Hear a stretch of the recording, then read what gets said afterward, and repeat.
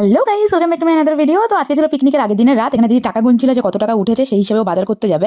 বাজার করাটা দেখালাম না গাইস। তো পিকনিকের দিন একদম সকালবেলা চলে এসেছি ব্রেকফাস্টের মেনু ছিল পাউরুটি, কলা আর ডিম সেদ্ধ। আর এখানে আমার কাকে ডিম ছাড়াচ্ছিল। আর এইদিকে আমার দিদিকে দেখো, এখন ঘুম থেকে উঠেছে। আমি কিন্তু অনেক আগে ঘুম থেকে উঠে ফ্রেশ হয়ে হাতে হাতে কাজ করছিলাম। এখানে কাকি ডিম ছাড়াচ্ছিল আর আমি এখানে পাউরুটি সেকে দিচ্ছিলাম। তো তারপর সবাই কিন্তু একসাথে ব্রেকফাস্ট করতে বসে পড়েছিল। আর হ্যাঁ, আমরা কিন্তু পিকনিকটা ছাদেই করছি, কিন্তু ব্রেকফাস্ট আমরা সবাই একসাথে ঘরের মধ্যেই খেয়ে নিয়েছিলাম। সবাই ব্রেকফাস্ট করে তারপর আমরা চলে গেছিলাম ছাদে লাঞ্চের জোগাড় করার জন্য। আর এখানে আমার ভাই কিন্তু লাইটিং এর কাজটা করে নিচ্ছিল।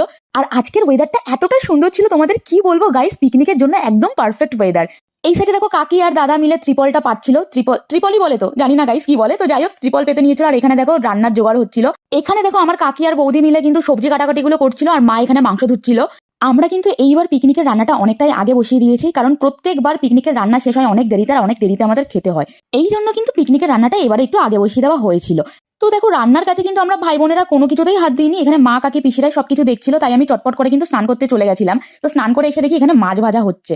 আর এখানে আমি আমার পিসিকে বলছিলাম যে আমার জন্য একটা মাছ ভাজা তুলে রাখতে, নালে ভুলে যাবে, আমি ঝোলের মাছ খাবো না। তো যাই হোক, এখানে দেখি কাকি আবার বেগুনি কাটছে, আর এখানে আবার মাছের ঝোলের জন্য আলুও ভাজা হচ্ছে। এখানে বড়রা সবাই মিলে কাজ করছিল, আমাদের ছোটদের কোনো কাজ ছিল না। তো কি করব ভাবছিলাম। তারপর চেয়ার টেবিল পেতে আমরা সবাই মিলে কিন্তু গল্প করতে বসে পড়েছিলাম। এখানে সবাই মিলে আমরা গল্প করছিলাম, আর মা কাকিরা কিন্তু রান্না করছিল। আজকের দিনে আমরা সবাই এতটা খুশি ছিলাম, তোমাদের আমরা এক্সপ্লেন করতে পারবো না আমরা কতটা খুশি ছিলাম।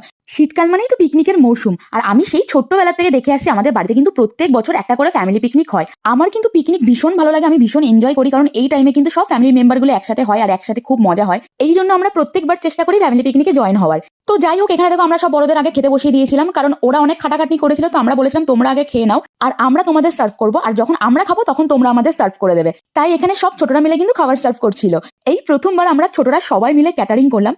আমি কিন্তু এই বিষয়টা ভীষণ এনজয় করেছি গাইস। তো যাই হোক, এখানে কিন্তু বড়দের খাওয়া অলরেডি ডান হয়ে গেছে। তারপর কিন্তু আমরা চটপট করে খেতে বসে পড়েছিলাম। আর আমাদের সাথে কিন্তু মা কাকিও বসে পড়েছিল। ওরা কিন্তু বড়দের সাথে খেতে বসেনি, ওটা আমাদের জন্য ওয়েট করছিল, তাই আমাদের সাথে খেতে বসেছিল। তো যাই হোক, আমাদেরও কিন্তু খাওয়া কমপ্লিট হয়ে গেছে। এবার চলো আমরা ডিরেক্ট সন্ধ্যাবেলা চলে যাই। আর সন্ধ্যাবেলার প্ল্যান ছিল বারবিকিউ করার। বারবিকিউ বলেছিলাম আমরা ছোটরা সবাই মিলে করবো, এখানে বড়দের হাত লাগাতে দেবো না, কারণ ওরা অনেক কাজ করেছে দুপুরবেলা। তো সন্ধ্যাবেলার স্ন্যাক্সের আইটেমটা আমরা ছোটরাই করবো। তাই বড়রা এখানে বসেছিল আর আমরা ছোটরা মিলে কিন্তু বারবিকিউ করছিলাম। আর এখানে কিন্তু অনেক নাচা গানাও হচ্ছিল। বারবিকিউর টাইমে যদি নাচ গান না হয় তাহলে কিন্তু বারবিকিউর মজাটা থাকে না। তাই এখানে আমরা কিন্তু বড়দের বলছিলাম তোমরা নাচ গান করো, আমরা বারবিকিউটা করি।